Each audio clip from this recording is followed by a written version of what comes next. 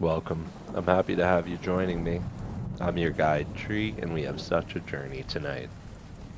Please go ahead and like and subscribe and hit the bell for notifications, all that good stuff. I greatly appreciate you doing that. And should be coming through with regular content on a weekly basis. I do some strange editing techniques here, but I am 0% AI and 100% against the use of AI in every way. If you think or know that I'm incorrect about something I say, please hop into the comments and let me know.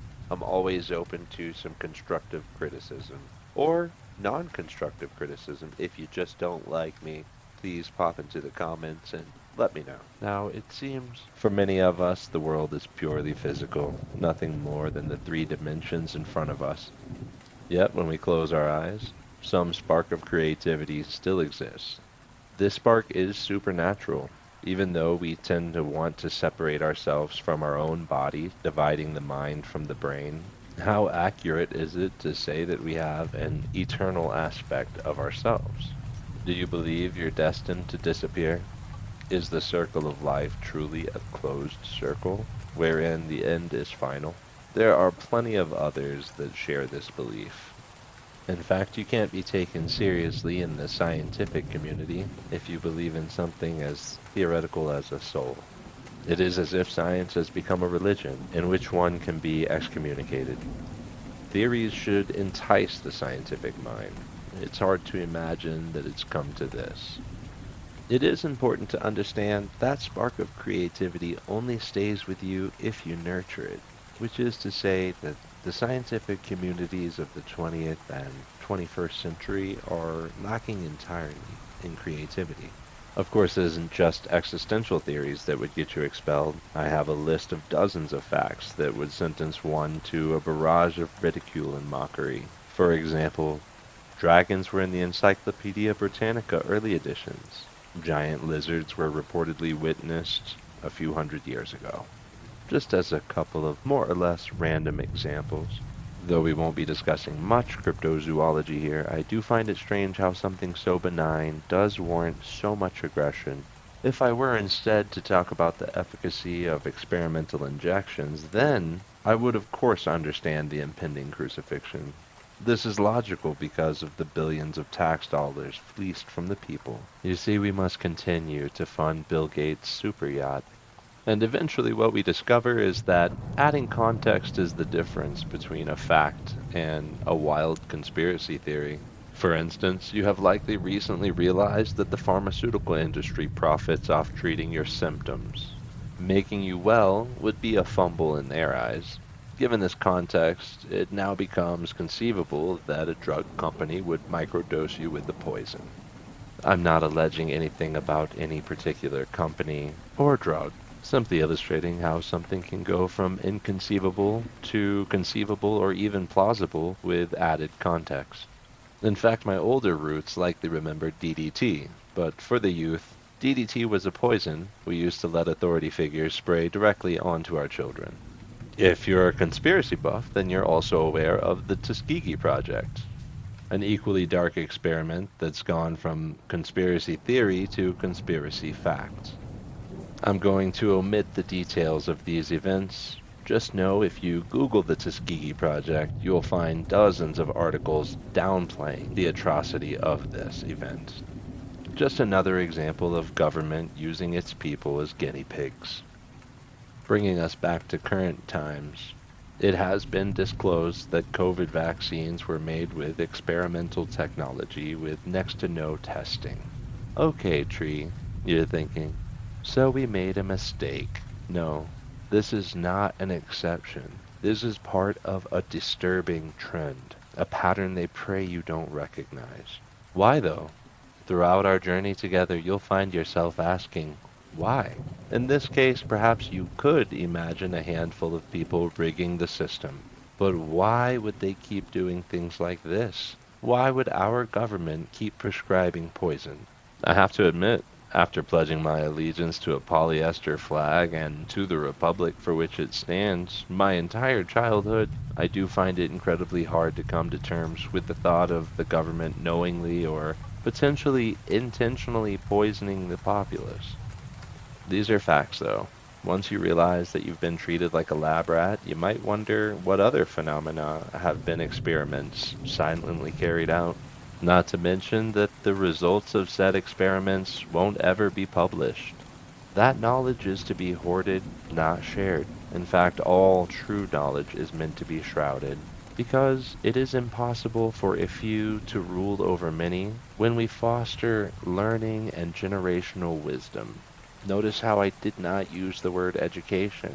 That word has been co-opted, so that when you hear the word education, you think of the government-issued educational system, a reprehensible system that won't teach you any life skills, a system designed to produce pride.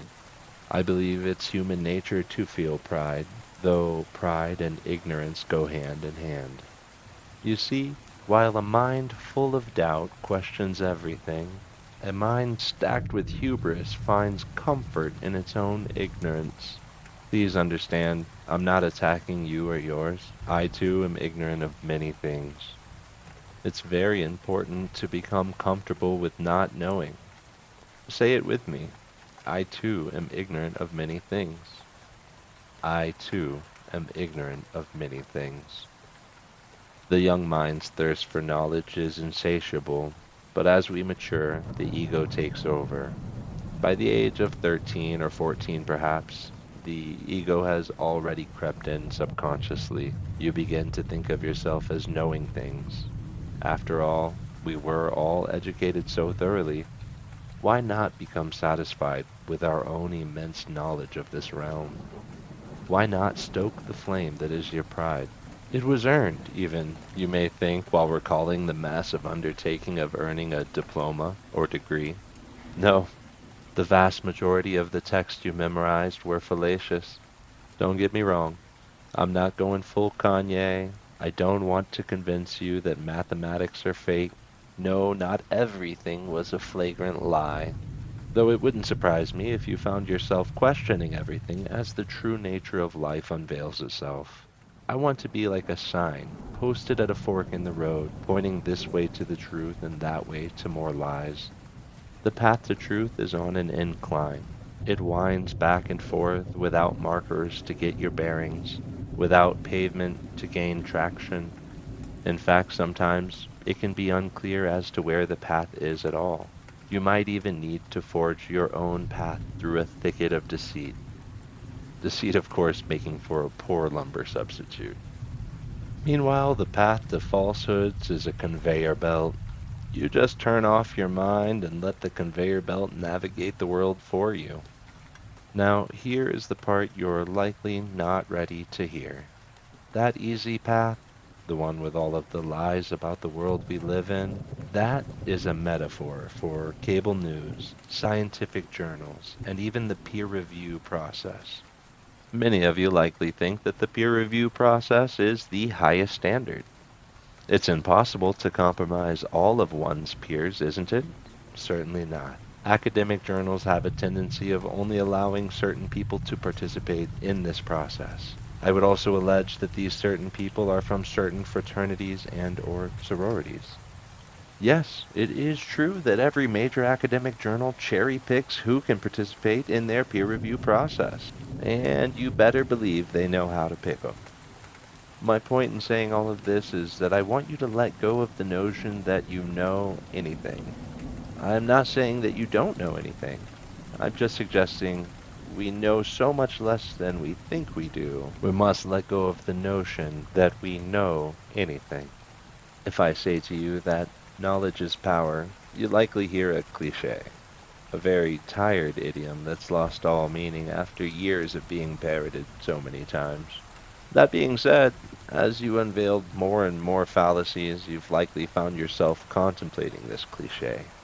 When I was young, I laughed off this expression, thinking that power is power and knowledge is knowledge. Let's not confuse the two. When I was a child, it just sounded like a trick to get me to read a book, I thought. Now, though, I can assure you it's certainly more than that. Knowledge is, in fact, power. This is a core truth of our existence. Thanks for the accompaniment on today's journey. I have so much more to impart on those who are willing to sit under an old tree for a while. The truth is contagious, and something worth going viral.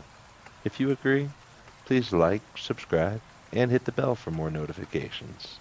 If you love nature, please comment your favorite type of tree and why. Share this video with a friend for extra good juju. Okay, talk soon, friend.